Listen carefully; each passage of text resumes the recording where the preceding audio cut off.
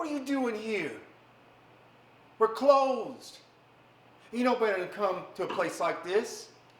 They don't allow us here. Unless you're with one of the organizations, you can't eat, sleep, or even take a pee here. You can find a place at the Allen Hotel in Madison, or Miss Sadie's restaurant on Green Street. The Rathskeller ain't no juke joint or black and tan. So good day. Bye-bye. Oh. So, I'm sorry, you're the new Negro waiter here. Why didn't you say so? Wait, I know why. You never been in a place as spiffy as the Seelbach before.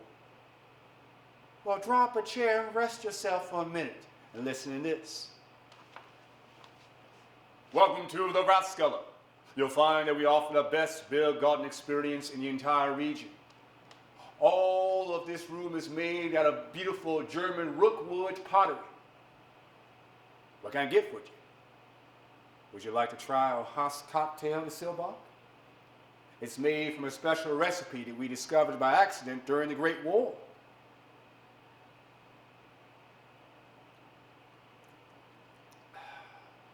There's an ounce of genuine Kentucky bourbon in it. None of that rectified mess at all. We offer all the best stock. Of course, not as good as when we had even better stock. They enjoy being able to come down here. Well, it wasn't even a year ago when folks had no people upstairs in the lobby to make it down here. Folks had to speak easy here and be careful about what came out their mouth. Conversations tended to carry. And those conversations around here will make you jump right out of your skin if you ain't careful. Something that the king of the bootleggers himself particularly enjoyed. Yeah, I guess you heard a lot of rumors about this place. I was here. I'm not ashamed to admit it. Working in an establishment like this one did me incredibly well. As a Negro bartender, working the best hotel in the region, I made some good money. And I didn't even have to sleep in a night at the bar to do it. You can thank Prohibition to such a teeming nightlife. Back when the Great War was going on, we used this room to entertain soldiers that were coming down from Camp Taylor.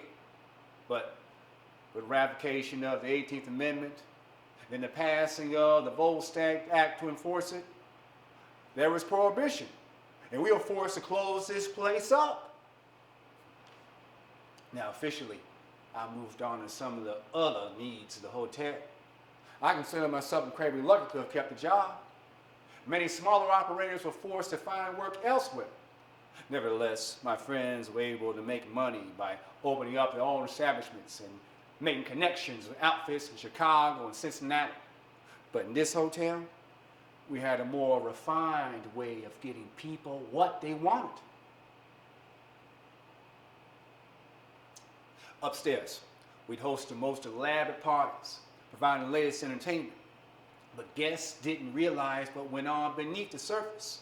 Some of them I suspected, but only those guests who had friends who worked at the lobby could gain access to the Rathskeller. We were off the books. You see? This place didn't have an official hotel use from the end of the Great War until this year, 1934. I bet you want to know how we got the goods in here.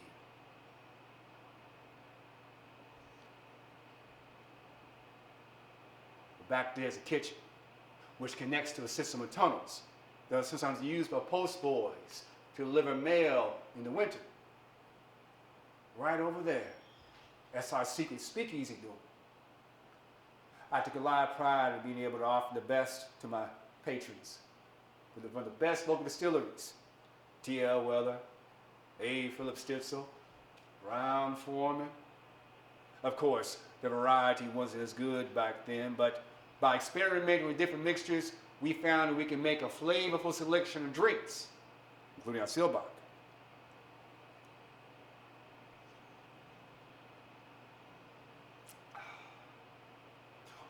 cops. Hardly anybody was concerned about them.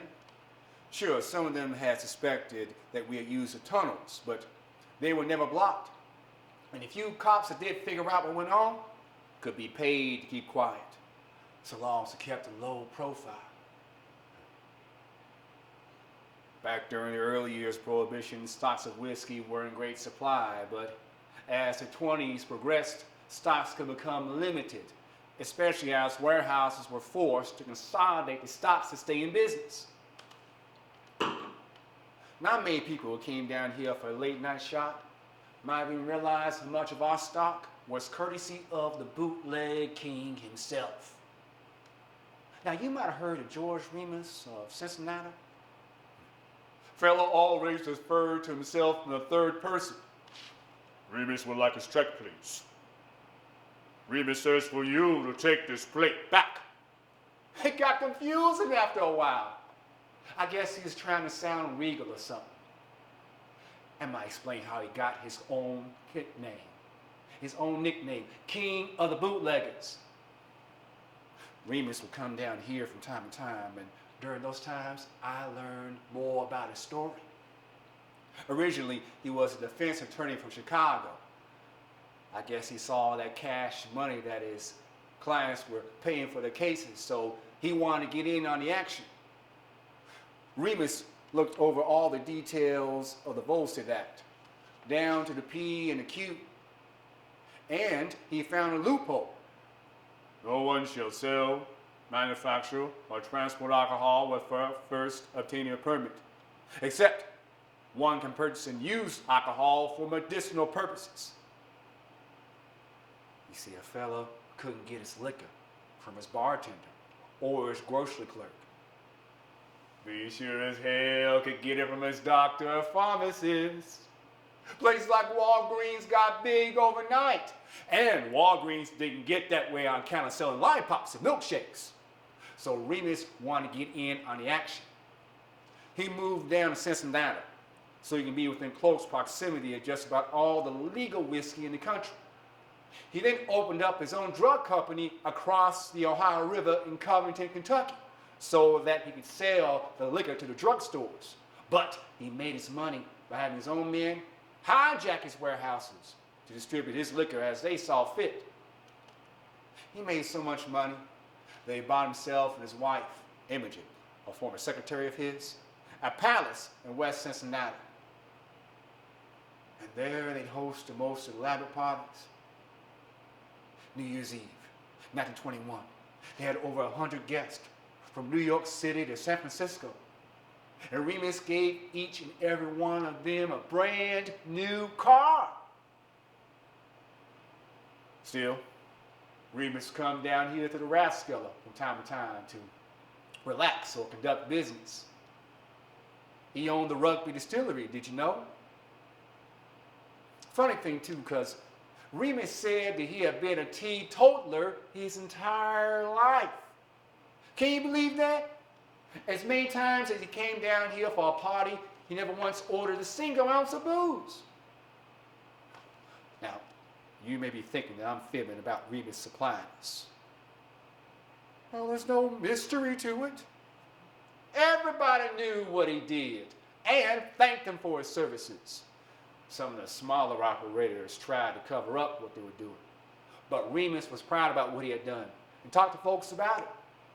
He talked about how he got his protection from the federal agents up in Washington, D.C., even the Attorney General himself. Can you believe that? Of course, this was during the Harding administration. Word was the president, may God bless his soul, really enjoyed his liquor, something that Mr. Remus more than likely supplied. Yes, sirree. Mr. Remus had a lot of help from the folks up in Washington, but soon his luck ran dry. He was too trusting. Eventually, the feds intercepted a shipment of Mr. Remus's whiskey, and Remus was indicted for over 3,000 violations of the Volstead Act. He was convicted and was sent to Atlanta Penitentiary in 1924 to serve a 2-year sentence. Remus had hoped that Imogen would reign in his absence.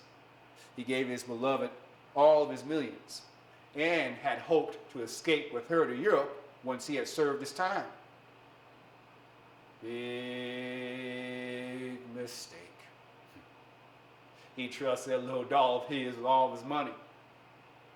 But Imogen wasn't on the level, among other things. It seems that the federal agent who put Remus behind bars, Franklin Dodge, was approachable. So Remus had Imogen approach Dodge from the outside while he was in jail to speed along his parole. Mr. Remus didn't get it soon enough.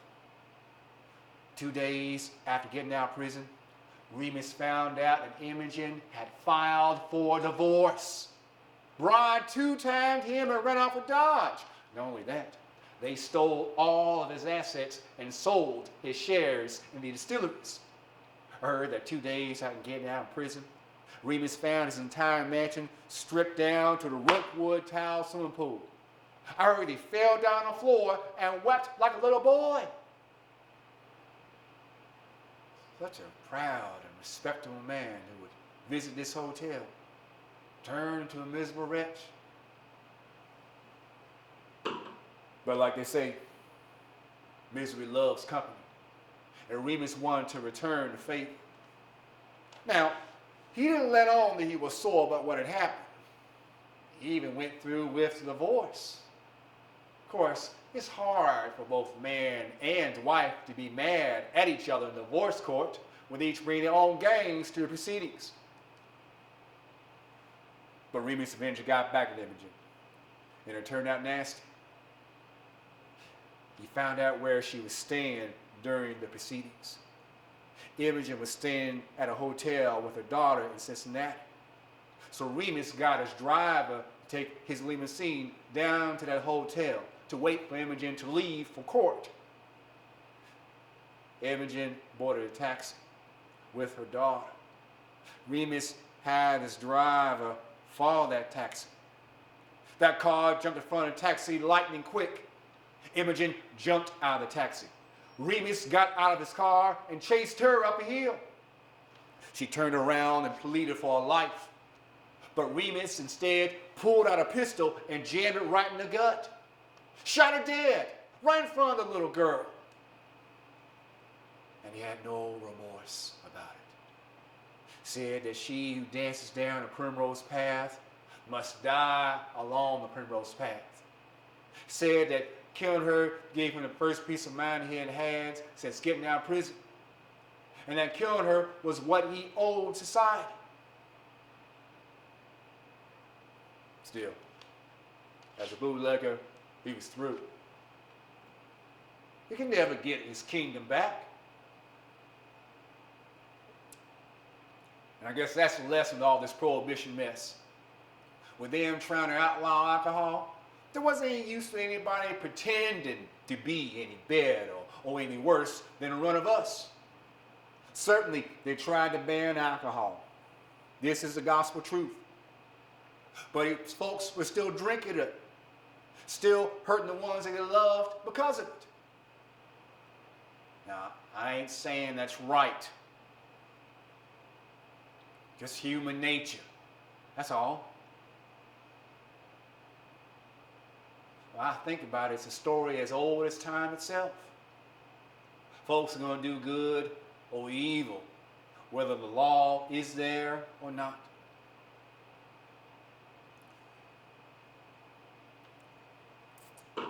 Well, I done talked to you enough. Why don't you wait right here? Let me go in the back, jump into my regular clothes, then I'll come back and I'll walk you out. Look forward to working with you.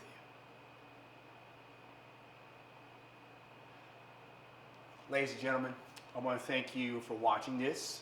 I wish you guys who are watching this now the best during these troubling times. And if you're interested, we have a gift for you, a recipe on how to make a proper Seelbach cocktail.